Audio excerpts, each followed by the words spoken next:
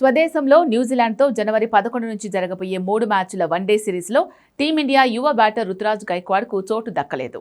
గత నెలలో సౌత్ ఆఫ్రికాతో జరిగిన వన్డే సిరీస్లో సెంచరీతో సత్తా చాటిన 15 మంది స్క్వాడ్లో రుతురాజ్ చోటు దక్కించుకోలేకపోయాడు.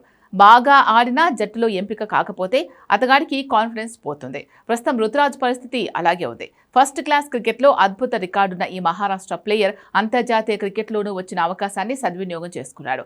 టీమిండియా వన్డే జట్టు పరిశీలిస్తే బ్యాటింగ్ టాప్ మిడిల్ ఆర్డర్లో స్థానాలు ఫిక్స్ అయిపోయాయి. కెప్టెన్గా శుభ్మన్ గిల్, వైస్ కెప్టెన్గా శ్రేయాస్ అయ్యర్ ఖచ్చితంగా ప్లేయింగ్ 11లో ఉంటారు. సీనియర్ ప్లేయర్స్ విరాట్ కోహ్లీ, రోహిత్ శర్మలను జట్టు నుంచి తప్పించే సాహసం చేయరు.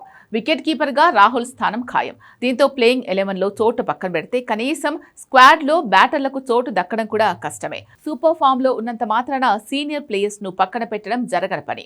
రోహిత్ శర్మ, విరాట్ కోహ్లీ వన్డేల నుంచి రిటైర్మెంట్ ప్రకటించిన తర్వాతే రుతురాజ్కు వరుస అవకాశాలు వచ్చే ఛాన్స్ ఉంది. స్వదేశంలో సౌత్ ఆఫ్రికాతో జరిగిన వన్డే సిరీస్లో శ్రేయాస్ అయ్యర్ గాయపడడంతో గైక్వాడ్ను ఎంపిక చేశారు. గైక్వాడ్ వచ్చిన అవకాశాన్ని 2 చేతులా సద్వినియోగం చేసుకున్నాడు.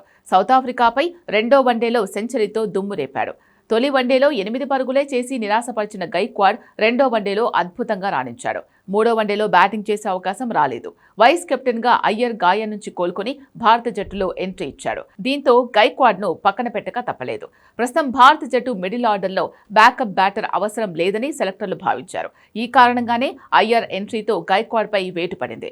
గైక్వాడ్ స్థానంలో అయ్యర్ 4వ స్థానంలో బ్యాటింగ్ చేయనున్నాడు.